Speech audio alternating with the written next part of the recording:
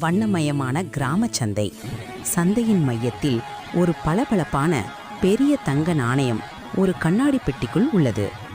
மக்கள் அதை பார்த்து ஆச்சரியப்படுகிறார்கள். சக்தி சந்தோஷமாக, ஆஹா, நம்ம ஊர் பொக்கிஷம் எவ்வளவு பிரகாசமாயிருக்கு. ஒரு சிறிய விசித்திரமான பறக்கும் பூச்சி வேகமாக வந்து நாணயத்தை திருடிக் கொண்டு பறக்கிறது. நாணயம் பெரிதாக இருப்பதால் பூச்சி தடுமாறி பறக்கிறது. சக்தி, கோபால், கீர்த்தி மூவரும் நாணயத்தின் தடயங்களை சிறு பொன் துகள்கள் பின்தொடர்ந்து காட்டுக்குள் ஓடுகிறார்கள். கோபால் மூச்சிரிக்க தடுமாறுகிறான். கீர்த்தி, பூச்சி இந்த பக்கம்தான் போயிருக்கு. கோபால், சீக்கிரம். பூச்சி ஒரு பெரிய குகையின் வாயிலில் நாணயத்தை வைத்துவிட்டு வருத்தத்துடன் அமர்ந்திருக்கிறது. குகைக்குள் அதன் குட்டி பூச்சிகள் குளிரில் நடுங்குகின்றன. ஏன் திருடினாய் குட்டி நண்பா? உனக்கு என்ன வேண்டும்? ஒலி, பூச்சிகளின் மெல்லிய அழுகை ஒலி.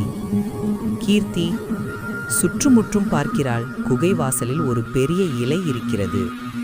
சக்தி அந்த இலையை எடுத்து குகையின் வாயிலை மூடி குட்டிகளுக்கு இதமான ஒரு போர்வையை உருவாக்குகிறான். கீர்த்தி, நாணயம் அவனுக்கு தேவையில்லை. குளிர்ல இருந்து அவங்க குட்டிகளை காப்பாத்துதான் அதை தடுத்திருக்கான். சக்தி நாணயத்தை தூக்கி கொண்டு திரும்பிச் செல்கிறான். கோபால் உற்சாகமாக நாணயத்தை பிடித்துக் கொள்கிறான். அனைவரும் புன்னகையுடன் நடக்கின்றனர்.